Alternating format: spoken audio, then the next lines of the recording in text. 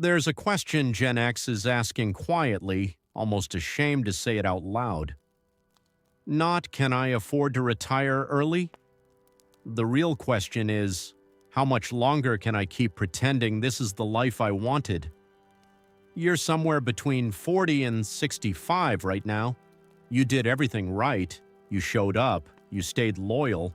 You watched the economy crash, recover, crash again, and you kept going. And lately, on the drive home, there's this strange feeling you can't name.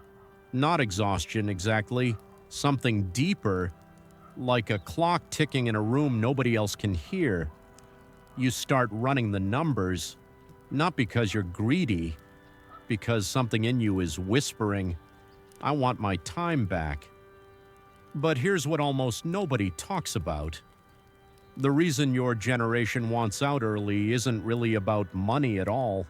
It's about something you lost long before your 401k ever mattered. Stay with me, because once you see it, you can't unsee it. Let's go back. Not to be sentimental, just to understand. If you're Gen X, you grew up as the in-between generation, the forgotten middle child of American history. You weren't promised the world like the boomers before you, and you weren't handed a smartphone and a head start like the kids after you. You were handed a key, a house key, on a string around your neck. You came home to an empty house and you let yourself in. You made your own snack. You figured it out.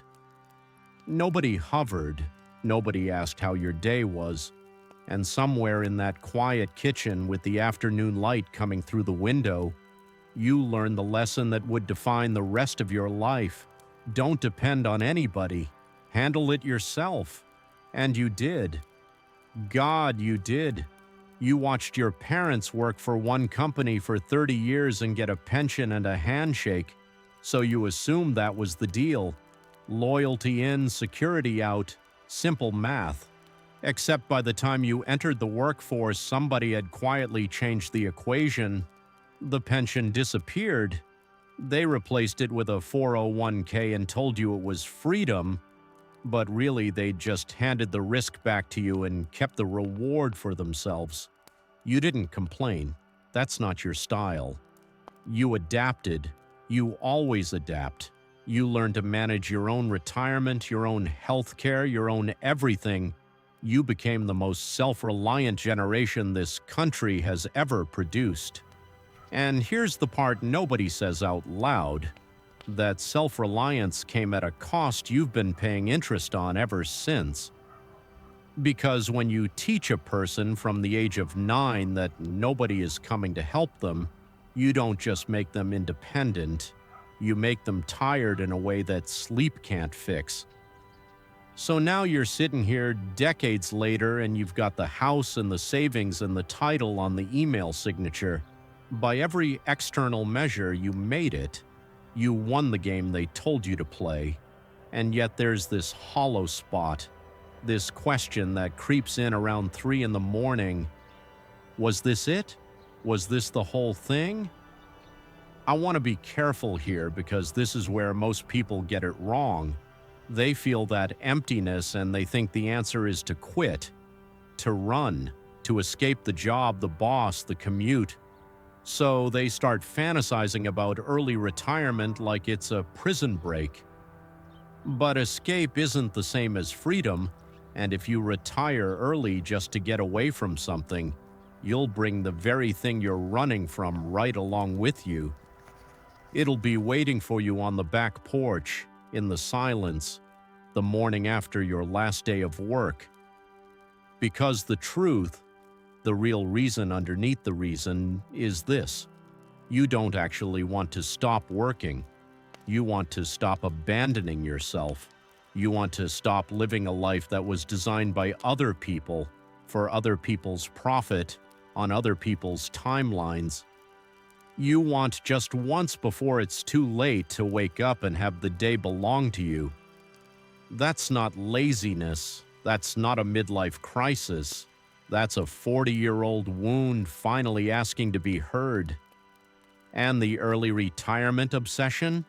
It's just the language your heart found to express something it never had the words for as a kid alone in that kitchen.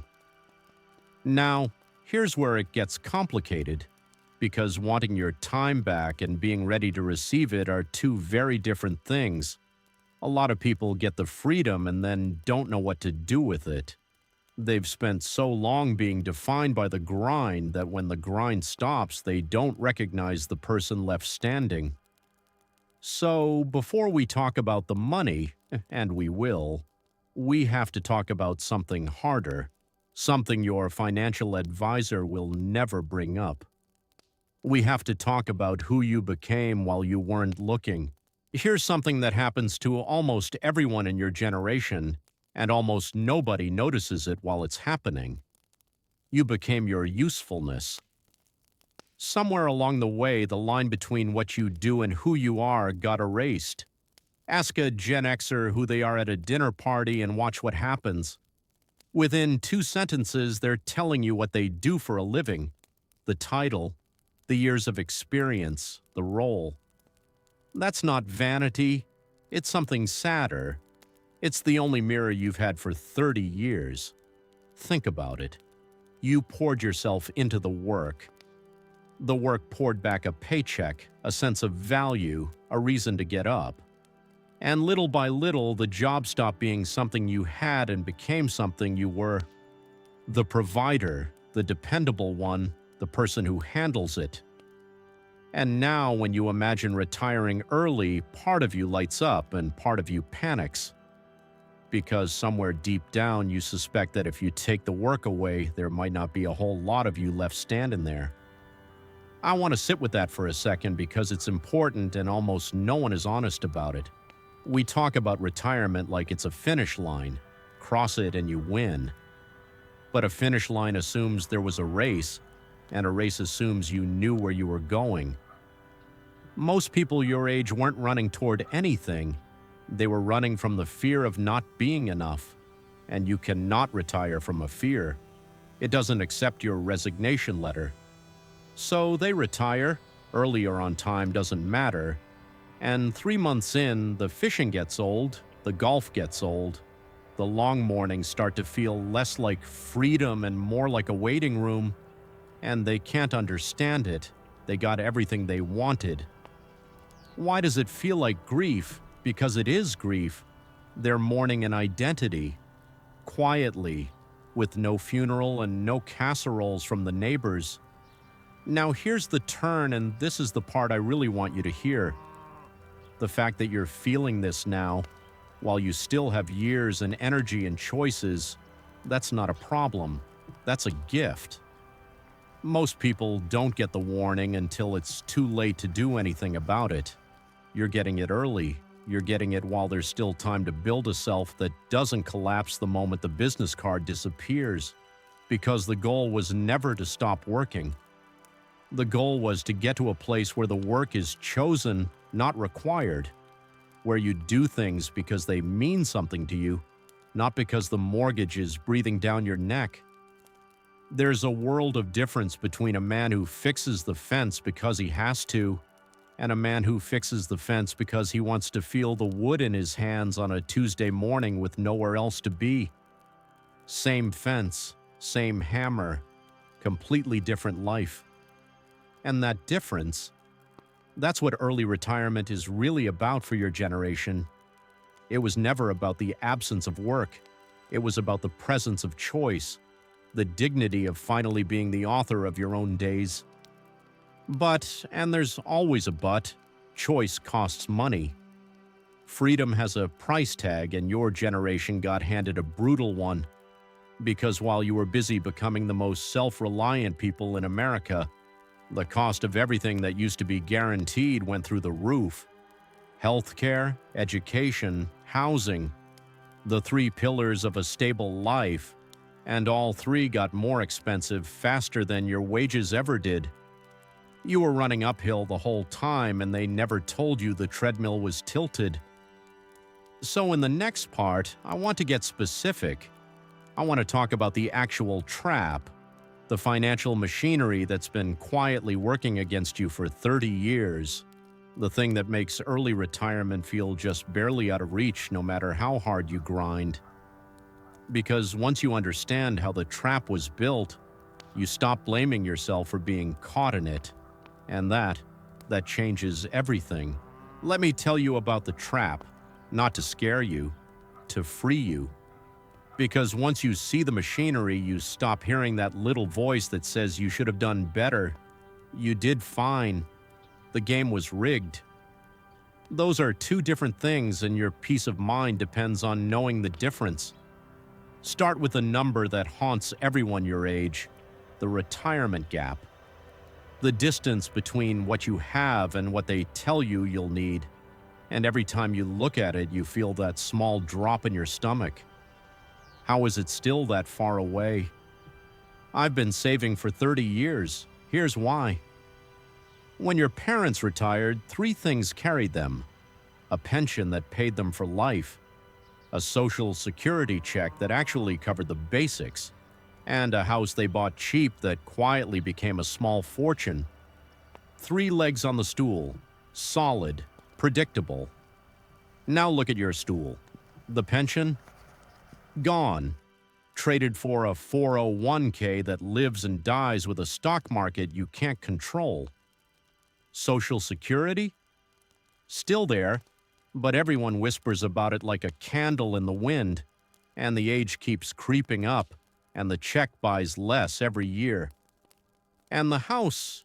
Well, you probably bought yours at 3 or 4 times what your parents paid, and you're still carrying the note. 1 stable leg became 3 wobbly ones, and you've been balancing on it for decades, calling it normal, wondering why your back hurts. Then there's the silent thief, the one nobody puts on the brochure: inflation. While you were dutifully stacking dollars in the bank, the value of each one was leaking out the bottom of the bucket. The dollar you saved in 1995 buys you about half a sandwich today. You didn't lose that money to a bad decision. You lost it to time itself, to a system that prints freely and lets you absorb the cost. And the cruelest part of the trap? The years they tell you to catch up are the exact same years life hands you its biggest bills, your 50s, the decade the financial industry calls your peak earning years, like it's all upside. But let's be honest about what your 50s actually look like. Your kids are hitting college and tuition has become a number that doesn't even feel real. So you do what your generation always does. You quietly take from your own future to protect theirs. You pause the retirement contributions. You co-sign the loan. You tell yourself you'll make it up later. And at the very same time, same season, same kitchen table, your parents are getting older. And the phone rings. And suddenly you're managing their medications, their appointments, their fear. You become the parent to the people who once handed you that house key. They named your generation the sandwich generation, and it's the most accurate name anybody ever came up with. Crushed from both sides, holding up the young and the old at the same time, with nobody holding up you. That's not a budgeting problem. You can't coupon your way out of that. That's a structural weight that an entire generation has been carrying in silence, smiling at the office, telling everyone they're fine. So when you sit there at night and the early retirement math doesn't work, I need you to stop hearing it as a personal failure. It isn't. You were handed a heavier load with weaker tools and told to walk the same distance in the same time. The miracle isn't that you're tired. The miracle is that you're still standing. But here's where I have to be straight with you because I'm not in the business of just making you feel better. Understanding the trap is not the same as escaping it. Knowing why you're tired doesn't get you to the finish line. There are people who spend the rest of their lives just being right about how unfair it all was, and being right is a very comfortable place to slowly give up. You don't have time for comfortable. You have something better. You have clarity. And clarity, used correctly, is the most valuable asset on your entire balance sheet. So in the next part, we stop diagnosing and we start building. Because there is a way through this, it just doesn't look like the one they sold you. So how do you get out? Not with a magic stock, not with a side hustle that turns 5,000 into 5 million while you sleep. If anyone sells you that, close the window and walk away. The way out isn't a trick, it's a shift in how you measure your own life. Here's the first one, and it sounds almost too simple. Stop measuring freedom in dollars, start measuring it in months. Your financial advisor talks about a number, a big, terrifying lump sum you're supposed to hit before you're allowed to breathe. And that number is so large it feels like a mountain in fog. You can't even see the top, so you stop climbing. But freedom doesn't actually arrive all at once. It arrives in months. Ask yourself a different question. Not, how do I get to retirement, but how many months could I survive right now if the paycheck stopped? Maybe the answer is 2, maybe it's 6. Whatever it is, that is your real net worth. Not the house, not the 401k you can't touch without penalty. The number of mornings you could wake up free and still eat. That's the only currency that actually spends like freedom. And the whole game, the entire game, becomes adding months. One at a time, quietly, relentlessly. Every expense you cut isn't a sacrifice, it's a month bought back. Every dollar saved isn't a number going up, it's a future morning that belongs to you. It reframes everything. Suddenly that subscription you forgot you had isn't $9, it's a piece of a free Tuesday in your future. You start to see your money the way it actually behaves, as time in disguise, because that's all money ever was. Frozen time. Hours of your life, converted into a form you can store.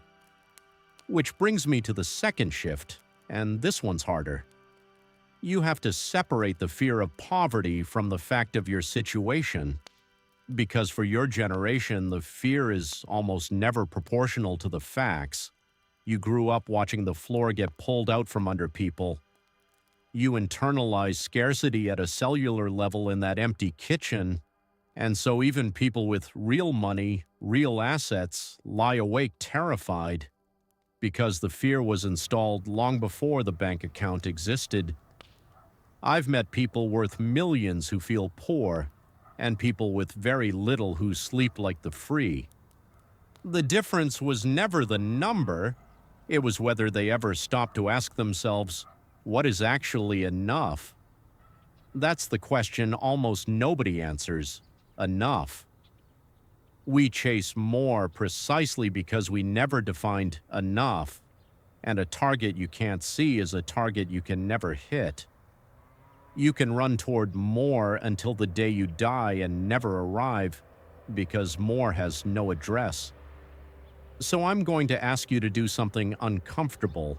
Sit down, not now, but soon, with a real pen and a real piece of paper, and define your enough. Not your dream, not the fantasy yacht, your enough. The actual monthly number that covers a life of dignity and a little joy. Be honest, be specific. Because the moment you have that number, the mountain in the fog gets a summit. You can finally see the top, and a thing you can see, you can climb. Most people are afraid to do this. You know why? Because if they wrote down their enough and discovered it was closer than they thought, they'd have to stop hiding behind someday. They'd have to actually make a choice. And choices are terrifying, because choices make you responsible for your own life.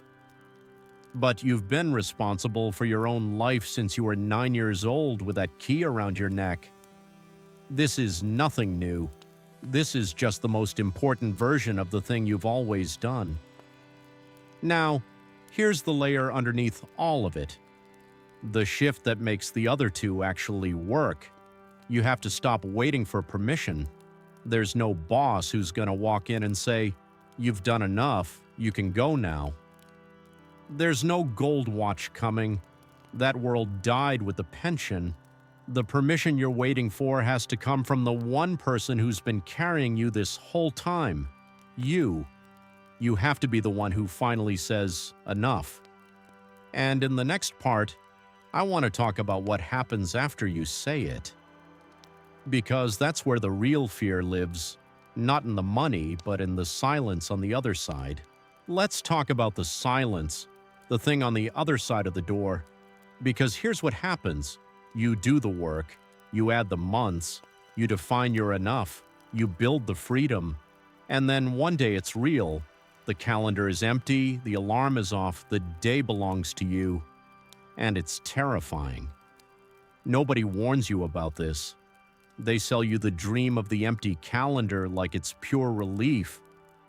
But for a person who spent 40 years being defined by what they produced, an empty calendar doesn't feel like freedom at first. It feels like falling. Like the ground you stood on your whole life just quietly disappeared.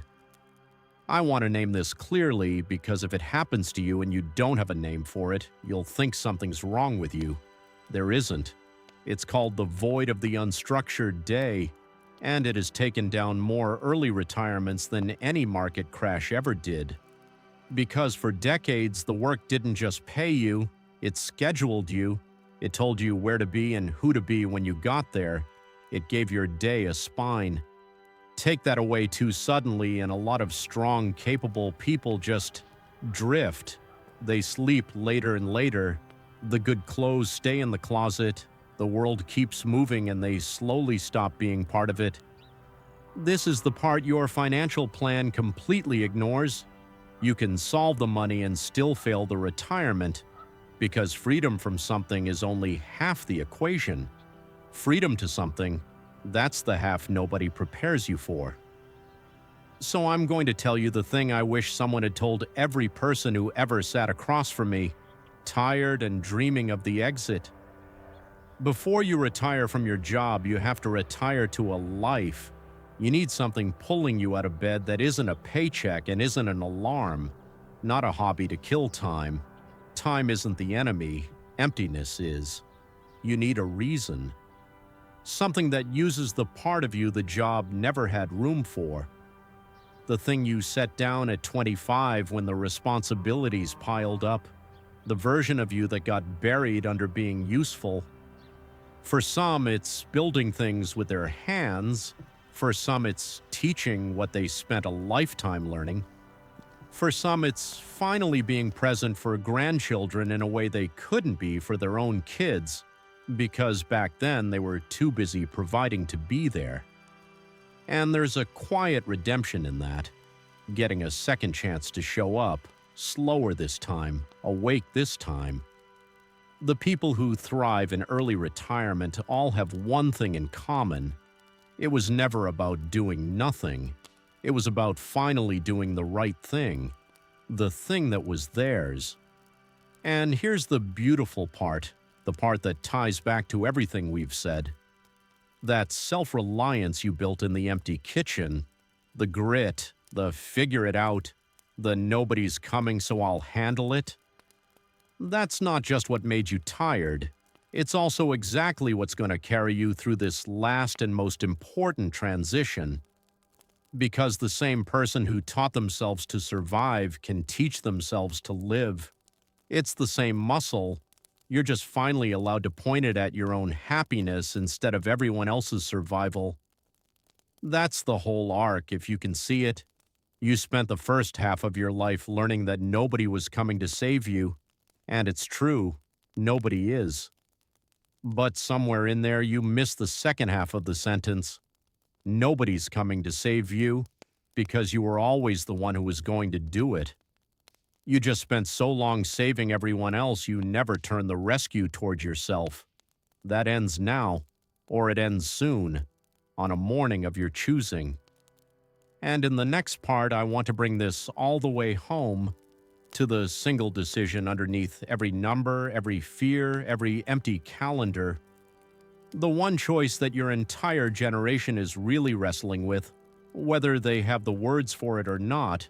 Before I bring this home, I want to take one honest second with you. If you've stayed with me this far, through the kitchen, the trap, the silence, then you and I are the same kind of person, the kind who'd rather hear the truth than be flattered. So I want to invite you to subscribe to the channel and walk with us a little while each day. Not because of any algorithm, because there are very few places left where someone your age can hear honest talk about the second half of life without being sold something. We're trying to build one of those places. I'd be glad to have you in it. And here's something I've noticed about the people who gather here. You're not looking for someone to do it for you. You never were. You're just looking for someone to say out loud the thing you've been carrying alone. That's all. And that brings me right back to where we need to go. Because underneath all of it, the money, the months, the empty calendar, there's one single decision your whole generation is standing in front of. And it's this. Will you let the last chapter be written for you or by you? That's it. That's the whole thing. For 40 years, the chapters got written by other people, by employers, by markets, by the needs of kids and aging parents, by an economy that tilted the treadmill and never told you. You were a character in a story other people were authoring, and you played your part beautifully. But there's one chapter left where the pen finally comes back to your hand. The early retirement dream you've been quietly running the numbers on at midnight, that was never about the money. It was your soul reaching for the pen. And here's the quiet truth almost nobody admits. Most people never reach for it. They get to the end of the working years and they just keep drifting because drifting is what they know. The pen sits right there on the table and they never pick it up. Not because they can't, because picking it up means admitting the rest is on them now. And after a lifetime of carrying everyone, that final responsibility, the responsibility for your own joy, feels heavier than all the rest combined. But you can carry it.